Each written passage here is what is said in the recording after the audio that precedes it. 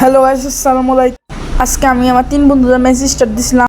Match start দেওয়ার পর পাগলামি বুঝলাম কি বোকার বেত হতে পারে। আপনারা জানেন আমি স্নাইপার চালাই, তার জন্য আমি ব্লু জোনে নামছিলাম। আপনারা শেষটুকু দেখেন। দেয় তোমরা নামছে আলাদা, আমি নামছি আলাদা। না মরলে রিভাইভ দিবে।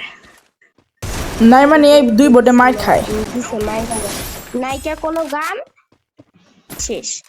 লঞ্চ প্যাড আছে, ওইদিকে যাস কে? পিছে যা, পিছে লঞ্চ প্যাড আছে। মাথায় সমস্যা না, খেলা শিখান লাগবে এটাই রে।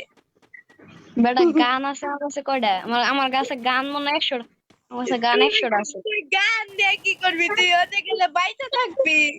তুই তো দেখে যাস। দেখছি ভাই, ভুল করছি, ওটা মিথ্যা করে নাই তোর।